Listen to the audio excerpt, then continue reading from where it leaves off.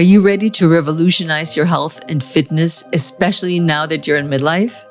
After dedicating 5 years to perfecting a unique blend of exercise and nutrition strategies tailored for women in midlife, I've crafted something truly special. And now it's your turn to benefit from these insights. Kickstart 2024 with a bang. I'm thrilled to announce the launch of our exclusive 8-week online group coaching program designed specifically for women in midlife who are ready to take control of their health and fitness journey. This is more than just a course. It's a transformational experience that will guide you in crafting a personalized health and fitness routine that resonates with your life and aspirations. Imagine embracing a lifestyle where fitness and health are not just goals, but a joyful part of your daily life. If you're ready to make this meaningful change and want a coach to guide you, then the Pursue Your Spark Blueprint 8-week course is your gateway. Don't let this opportunity slip away. Use the link in the show notes to apply to join the 8-week Pursue Your Spark Blueprint. All applications must be submitted by January 7th, 2024. Ready to get unstuck and recharge your midlife? It's Heike here with the Pursue Your Spark podcast, your spot for a straightforward talk on fitness, nutrition, and a can-do mindset. With over a decade of experience, I specialize in empowering women in midlife to break through limiting beliefs and thrive. We'll dive into everything important for women in midlife, from conquering menopause to fine-tuning your metabolism and letting go of old beliefs that no longer serve you. So are you ready to say, yes, I can? Tune in and discover actionable steps that make midlife feel better than ever. This is the Pursue Your Spark podcast. Hello and welcome to the first episode of the Pursue Your Spark podcast in 2024. I'm your host, Heike Yates, and you'll be in for a ride for our first episode of the new year. Today, we're peeling back the layers of what it truly means to thrive in your health, fitness, career, relationships, and legacy as you step into this empowering phase of life. We're not just talking about the usual tips and strategies. Oh no, we're going way beyond that. We're exploring the unexpected, the unconventional, and the utterly fascinating aspects of midlife that often go unnoticed. And we are joined by my friend, Bernie Borges. Bernie was born and bred in the bustling streets of New York City. Bernie eventually found his way to the sunny vibes of Tampa Bay, alongside a loving 36-year marriage to Jean. He's been rocking the B2B world with both sales and marketing. But here's the kicker. Bernie is also a podcasting powerhouse. From his early days with Modern Marketing Engine to the catchy Digitally Irresistible podcast, he's now pouring all that energy into Midlife Fulfilled. I'm super excited to chat with him about life, his new podcast, and about the 5 pillars in midlife. Let's dive into this week's episode. Hi, Bernie. I'm so excited to have you on the show. It's glad you can make it. Well, thank you, Heike. It's great to be with you. So, Bernie, what is the best habit that you have?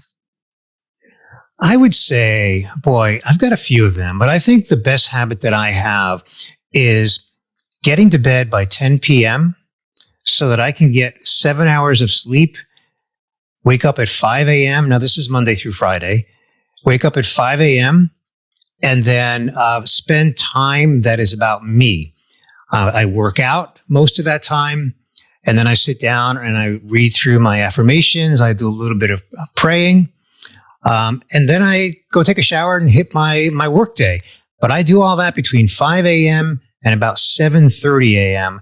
And that is so therapeutic for me. I couldn't live the life I live without doing that. Yeah, you have a very busy life. And I love that these are your habits that you can swear by and live by. Absolutely. Absolutely. It's part of, to me, it's like brushing my teeth. Really, it's as routine as brushing my teeth. I wouldn't think of not doing what I just described. Yeah, I love it. Now, when we first met and we connected, we had a discussion about midlife. What age is midlife? And I was convinced that midlife starts at around 45. And then you said, but Heike, how far down does your midlife go? Can you share your thoughts on that? Yeah, it's a fun kind of popular topic. I enjoy discussing that. So first of all, Heike, I'm going to first say that midlife, what midlife is not. Midlife is not a midpoint of our life. The word mid is in midlife, obviously, so a lot of people take that literally. I often say there's lots of euphemisms in the English language. For example, we park in a driveway and we drive in a parkway, right? So the point is that midlife is not the quote unquote midpoint of your life because we don't know when we're going to die. So how can we know when the midpoint of our life is? So, but to your question, I really believe, and I've done research on this, I really believe that midlife is, for the most part, adulting. And for the most part, that begins for a lot of people in our 30s. Now, a more popular definition of midlife is, 40 to about, mid 60s. There's a lot of, internet content around that. But I've also seen some acknowledgement of my own philosophy of it. And that is that really when we begin adulting, for many of us in our 30s, and what I mean by that, Heike, is we start to have responsibility beyond those youthful years of our 20s, right? For many of us, it's a mortgage, it's a marriage, it might be kids, whatever the circumstance might be. We've got these responsibilities and we're now going through these phases where we're ambitious and we want to get things done in our life and in our career and our families and that sort of thing. And we kind of really hit the rat race, whether we want to admit it or not. We're in that rat race. And so I really believe we have three phases of midlife: early, mid, and late. And so early is 30s and 40s. Mid is 50s and 60s. I'm in my 60s. And then late midlife is 70s and beyond. And the only thing after midlife is end of life. And end of life really is only defined when we decline, when we go into a decline in health that eventually leads to our passing. And that's not exactly the same for everybody. That's a very unique thing. So that's my not so short-winded, that's my long-winded explanation of midlife. I love this. I talked to somebody yesterday who did not want to divulge her age to begin with. And I told her about our upcoming interview and she was scratching her head about the whole midlife division. I said, how old are you now? And she said, I'm 60. I'm like, you're prime midlife. Yep, absolutely. Absolutely. It was so cute. Now, you started the Midlife Fulfilled podcast in February of 2022, and you had said, nobody talks about fulfillment. Why do you think that is? And men are excluded, it seems, from what I've learned through my observations about you. Yeah, I've made that same observation. So before I actually started the Midlife Fulfilled podcast, I've been podcasting for 10 years. And I was ready for a new podcast. And I knew I wanted to do something about midlife. So I went out and searched the internet for midlife podcasts. And mostly what I found, Heike, were podcasts hosted by women. You're an example of that. And for women. You're an example of that, right? And in many cases, I'm not suggesting that this is your Pursue Your Spark podcast, but in many cases, a lot of the topics centered around menopause and divorce. And nothing wrong with that. But there was a lot of that content out there. And I didn't really find podcasts that were not geared to either men or women, but just for both of them, but around this topic of fulfillment. I heard podcasters in their content throw in the word fulfillment, as part of the conversation. But I didn't find anything that was just focused on that. And that's what I wanted to do because I believe firmly that everyone wants fulfillment. And the reason is because fulfillment is soul deep. It is deep in our soul. When we achieve fulfillment, and by the way, fulfillment is not this one thing we just achieve in life. It's broken up according to what I call the 5 pillars of midlife, right? Those 5 pillars are health, fitness, career, relationships, and legacy. So we can be really fulfilled in any one of those 5 pillars, or 2 or 3 or 4, or maybe even all 5, although highly unlikely, by the way. But whatever fulfillment we have in any of those pillars, it's so deep, and it's what I call immutable, Heike, immutable. If I have fulfillment over something, a bad day or a bad week can't take that away. That fulfillment is deep within my soul. Nothing can take that away. I might have a bad day. I might be angry. I might be upset about something, but that fulfillment in any one of those 5 pillars, that fulfillment is immutable. I love this. We also talk about before fulfillment and after fulfillment. Before we dive into those 5 pillars, how would that relate to what we're going to continue to talk about? So again, we've got the 5 pillars. I can't separate them, right? And so because we go through life, not linear, but, very iteratively, right? We just go through cycles. We go through life, and, we have ups and downs. We have good days, bad days, good weeks, bad. We have good years and bad years. I mean, all of that, right? So we can go through a period where we are what I call BF, before fulfillment. We just haven't reached that fulfillment stage in a particular thing, whatever that might be. It might be related to your career. It might be related to your education. It might be related to your health. It might be related to, the topic, but a big focus of yours, fitness and health, right? So you might be in that before fulfillment stage. For example, someone who wants to lose 30, 40, 50 pounds, right? And so they're in that before fulfillment stage, and then they work with someone like you to help them get through that. And then on the other side, now they're fulfilled. They've lost 50 pounds. They feel so much better about themselves, and they're just doing life just in a better way for them in that particular example, right? So I call that BF to AF, before fulfillment to after fulfillment. I love this. Also, you talk about an 80-20 principle in your fulfillment. What does that mean? To me, 80-20 means something completely different than your 80-20. Yeah.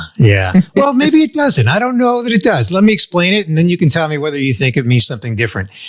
So I did a little research before I launched my podcast, and I surveyed 267 people, meaning I had 267 people respond to my survey.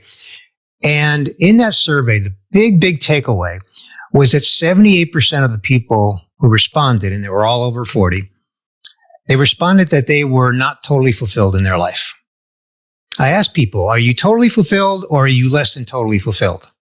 I didn't give them a percentage. I said, are you totally fulfilled or less than? 78% said less than. So I said, well, that's pretty close to 80%. So I started doing research on the 80-20 principle just to understand what it is. And what I discovered about it, Heike, is that it's not meant to be literal. So in my 78% example, right, that's not 80, it's 78, right? Right. So it isn't meant to be literal. It's just that it's a principle that can be applied to so many things across the spectrum of the world and life and business and everything, right? And so when you look at that number, 78% said that they were less than totally fulfilled. 19% said that they were totally fulfilled. And I think there's a balance of like 3% who just said, I don't know. Yeah, they really couldn't answer the question. So 78 and 19, it's pretty close to 80 and 20. And so in my research, I just discovered that it's not meant to be literal. It's just meant to be representative of so many things in life. So at the end of every episode on my Midlife Fulfilled podcast, I close it out by saying, if you're 80% fulfilled, you're doing great. And think about it, those 5 pillars, and I know you want to kind of go there, but I'm going to actually ask you to go there with me now because they're connected.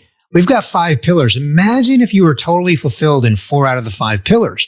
That's 80%, right? 4 out of 5 is 80%. So if you were totally fulfilled in 4 out of the 5 pillars, you're doing great. Don't beat yourself up if you're not 100%, because guess what? You're in very good company. I love this because in my relation to the 80-20, it usually goes around nutrition. And in my courses, I teach the 80-20 principle of being 80% full. And that means that you are satisfied. You had enough food. You're no longer hungry. You could eat some more, but you don't really need to because you are satisfied. And that's where the 80% come in. And that's also a little bit, it could be 78% or 82%. And a funny thing is my husband and I sometimes do that when we have a delicious meal and we're eating and we're sitting there and think, and we ask each other, how full are you? 78. Could you eat a little bit more? Yeah, but if I eat more, then I'm stuffed. Or I can eat maybe a bite more. Okay, let's get that one bite, but then we're done at 80%. So we're not overstuffing ourselves. That's great. But I think you're really helping me prove my point. And that is that principle can be applied to so many things just in the spectrum of our entire life. Absolutely. And even though you say the 5 pillars are not separate, and I totally agree with that, I still want to dive in each one just a little bit more. Happy so let's go for health. How do health priorities change in midlife? And what drives this shift or these shifts? Well, there's a few things. How much time do we have? It's a big topic. So health changes in a few ways. One is as we get older, we generally are dealing with more physical health issues, ailments, might be illnesses. We may start to realize that there are hereditary conditions that, we're exposed to just from our ancestry. Maybe we ignored our health or we ate very, very poorly for decades and now it's catching up with us in our 40s or 50s. So it's just all those factors, right? So hereditary as well as lifestyle influences can impact our physical health. But the other big one is our mental health as well. So often, and look, I am not a therapist or a psychologist or a psychiatrist. I'm none of those. But and I know that many of us might bury things for decades. It could be a childhood thing, or it could be, we were expected to become a lawyer, so we became a lawyer and we wake up at age 50 and we hate lawyering or whatever it may be, right? And that's been eating at us for decades. So mental health is another big factor that needs to be acknowledged and dealt with. Yeah, absolutely. And that's one of the toughest things for most people, to address those deep-rooted fears, anxieties, griefs that we carry around with us for so long. Yep. Now, why is fitness pivotal in midlife for a life fulfillment? So I love this question. First of all, let me start with the bad news. The bad news is that according to the CDC, which is obviously a U.S. government agency, according to the CDC, 60% of Americans don't exercise. And also 40% of Americans are obese. And I think the number is 10% of Americans are morbidly obese. So this is not good news. This is bad news. And unfortunately, it's having an impact that ripples through all of society in so many ways. Yes, of course, there is a direct connection between fitness and health. No question about it. No question about it. But also there's just the day-to-day function of how we can live our life. If we don't maintain a reasonable, respectable level of fitness, and I know, and we're not talking about, big muscles or being able to run marathons, although many people in midlife do, for sure. We all know that. But I'm not saying that that's the level of fitness we have to have, right? Just functional fitness so that you can do things normally. If you need to move, you can pack boxes and load a truck, or just go into the grocery store. You can pick up groceries. The list goes on.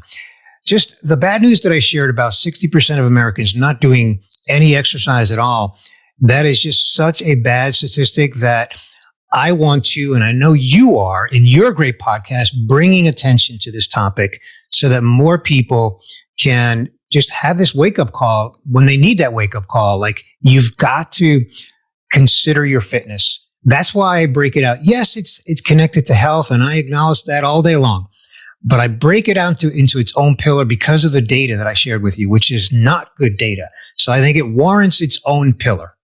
Hey, it's Heike. I want to jump in and tell you about a program I'm offering. If you're ready to take control of your life and feel vibrant again, then the Pursue Your Spark Blueprint is for you. It's an 8-week online group coaching program for women in midlife. On this life-changing journey, you'll start a healthy intermittent fasting routine, lose body fat, improve gut health, and boost your energy. And boy, will you feel stronger after the course. With our course, you won't feel like you need to start over each time life gets in the way. Our tailored Pilates and strength training exercises, combined with a built-in accountability system, will make sure that you build lasting and consistent habits. We're not just about physical transformation. We're here to help you build a confident mindset to make guilt-free, smart health choices. Imagine going mountain biking or fitting into last year's clothing without a hitch. That's the energy and vitality the Pursue Your Spark Blueprint brings. Ready to prioritize your health? Click the link in the show notes to apply. It's time to invest in yourself because you are worth it. Yeah, absolutely. I couldn't agree more. When I think back, I've been a coach for 35 years. And as a coach, you always want to help people live healthier, happier, fitter lives. And when I look back in my career and the clients I've seen, it's literally going the other way. The few people that are in my world, whether it's through Pursue Your Spark or in my brick and mortar studio, these are the few people that put their fitness and health center. All the rest, it's almost like you can't reach people. They are bombarded with fitness information that is incorrect. They don't know where to start. They don't know who to listen to, what program to follow to, because we're inundated with so much information. And these 40% are the ones that need us the most, but they are the ones the hardest to reach for maybe other reasons other than that they're just inactive. I don't know, but it's almost in my world, I'm like, come on, you can do this. I got you. Give me at least a chance to help you. And so fitness is definitely pivotal, especially also midlife. And when you think of women, menopause, it is the time to, if you haven't done anything, it's move it. Yeah, exactly. And a lot of people say that they don't have time. And I respect people who have crazy busy schedules. Maybe they work 2 jobs, whatever the circumstance may be. But I've heard you talk about this, Heike. You know, you and I are sitting in chairs right now. I'm not going to demonstrate it, right? But I could just use my arms and do, push-ups on my arms, right? I could stand up. We're both doing push-ups for anybody watching the video. Yeah, exactly. We could do push-ups with our arms. We could just stand up and take a 2-minute break and do push-ups on the desk itself. There are so many ways that we can just carve out these little moments, and it can be 30 seconds at a time. It doesn't have to be take an hour out of your day, right? Although that's great. I shared with you my morning routine, but you don't have to do it that way if you're unable to do that. You just have to have the mindset and then make the best of those little moments wherever you may be. Absolutely. I couldn't agree more. Now let's dive into career. How do career aspirations transform in midlife, and how can we find a renewed passion? Yeah. So again, how much time do we have? I just love talking to you, and you know so much. So we'll have to just suck it up and keep talking. All right. I love it. I can talk about this all the time. So as you know, Heike, we spend most of our waking time in our career, right? And when you think about how many decades the midlife phase of our life span, right? I shared earlier, I believe we have early, mid, and late midlife stages. So oftentimes, so many things can happen for us throughout those career stages, right? We might start out in a particular career and then realize, whether it's in our 30s or 40s or 50s, that we want to do a pivot and just go do something different for whatever the reason might be. I use the example, by the way, I have heard it many times. I used the lawyer example. I know many quote unquote recovering attorneys. I'm not here to disrespect attorneys. I just have met many people who just after being an attorney for a while. And that's just one example, right? So as we go through these midlife seasons, these phases, we've got to really like what we're doing. We have to feel fulfillment from what we're doing. And here's what a lot of people realize one day. Sometimes it's subconscious, but it's best when it's conscious. And that is, they realize that where they are in their career, in this midlife stage that they're in, does not align with their values. And I'll give you a simple example. If someone is in a stage where they have young children at home, let's say they're in their early 40s, they've got 3 kids, they're young, and they're traveling for the job, and they're constantly on the road. Well, that person wakes up one day and says, my values are my family, but I'm only home on the weekends. So that's an example, just one simple example of a misalignment between career and values, right? So going through that exercise of what are my current values? Because our values can change, right? Absolutely. My kids are out of the house, right? They're grown, they're adults, they're out of the house. So I don't have the same values in that regard as when they were young and obviously at home, right? So it's a matter of really just going through that exercise, that mental exercise. What are my current values? How does my career align with my current values? Mm-hmm. So I also think it requires us to become more flexible. I think over the years we might become very rigid in our thinking that this is the only career. And just recently, my brother, who is 8 years younger, just celebrated 25 years in the same company. Wow. That's what I said. I'm like, 25 years? That's unheard of. Normally, or oftentimes, people change every 3 to 4 years and do their career. So he is really fulfilled in what he does. That's wonderful. That's totally wonderful. I'm remember back to the 80% thing, right? I'm not suggesting that it's, 100%, or am I suggesting that you should be at 20%, right? If you're 80% fulfilled, that's great. So if he's 100% fulfilled in his career pillar, that is wonderful. So I would ask your brother, then look at the other 4 pillars and ask yourself, how fulfilled are you in all the other 4 pillars? And you know what? If he says 100% across all of them, fantastic. But I will say this, he would be the exception, not the norm. And as we're talking about this, I know one pillar that he's absolutely not fulfilled. And I don't want to say it on the podcast in case he listens to it, because I don't want to spread his news. But he's worked on his fitness pillar a lot lately. So he's been bringing that fitness pillar up to his career pillar. Great. And some of the others are still lagging from what he told and shared with me. But he's the exception, being so fulfilled in a job, in a career that I have heard in recent history. So I say more power to him. Yeah, that's great. So you touched on it a little bit already. Now we're talking about our relationships. When we talk about before fulfillment and after fulfillment, when you're putting this in relation to our family dynamics, the kids leaving, and now also elder care, how would that all fit together? Yeah, the relationship pillar is, in my view, the most complex one. And I say the most complex because that relationship pillar is very multifaceted. Mm-hmm. So we'll start with the obvious, right? Your immediate family, your spouse or significant other, your siblings, if your parents are still alive, mine are not. But when they were alive, my relationship with my parents, right? Your own kids. Now we have very young grandchildren. I'm building relationships with them, although they're really young. I mean, the oldest is 3, but even that 3-year-old grandson, it's wonderful when I get a hug from him and to feel that affection from him. So relationships with our family is certainly an obvious one, and just building and maintaining and sustaining and working at that and never taking them for granted. But it goes obviously well beyond that, right? There's friends, there's neighbors, there's local community, there's maybe clubs that you belong to, or church group or synagogue. There's work, right? There's people you work with, and some you like, some you may not like, right? And then I was asked recently, and I was prepared for this answer, and I was asked, well, where does religion come in, right? And I said, that's relationship. right? I'm a person of faith.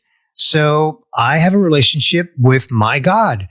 That's relationship. So this pillar of relationship is very complex because it spans so many different areas of our life.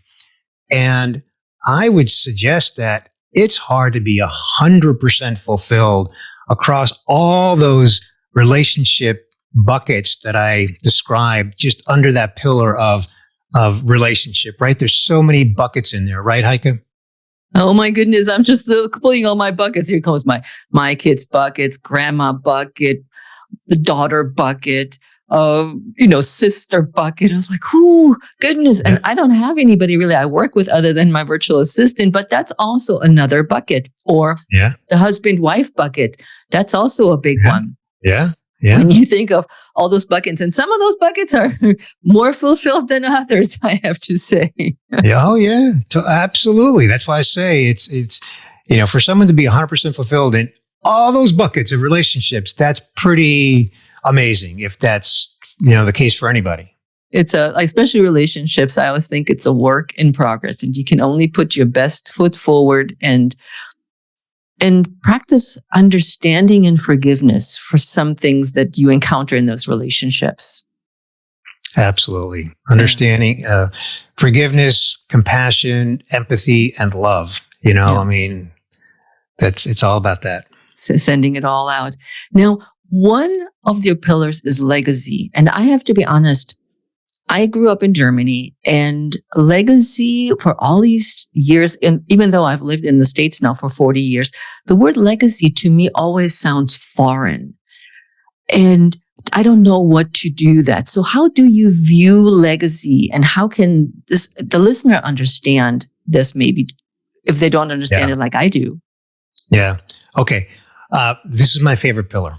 So let me explain what I mean by legacy. It's actually pretty simple because there's another word I'm going to use that's synonymous with legacy, and I think you'll get it right away. And that's impact. Think about what you're doing. How many people have you and do you impact? Your legacy, not limited to this, I'm sure, because you've got family, but your legacy is how you are impacting people, I think specifically women, in their fitness pillar, right? So legacy is all about what's the impact that you're having on fill in the blank, right? Whatever that is for you. It's as simple as that. What is that? And I think for a lot of us, we tend to, and I'm generalizing here. So I'm not saying this is for everybody. Absolutely not for everybody. I'm just saying in general, a lot of us either delay thinking about that or maybe even just put it off or ignore it or whatever. But then the flip side is as we get older, we start to think about that, right? Now that I have grandkids, like how can I impact my grandkids, right? What impact can I have with my Midlife Fulfilled podcast? What impact are you having with your Pursue Your Spark podcast, right? So legacy is all about impact.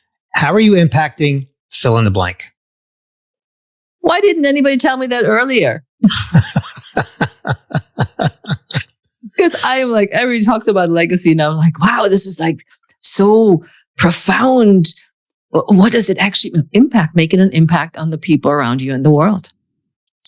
Bernie, that's why you had to be on the show.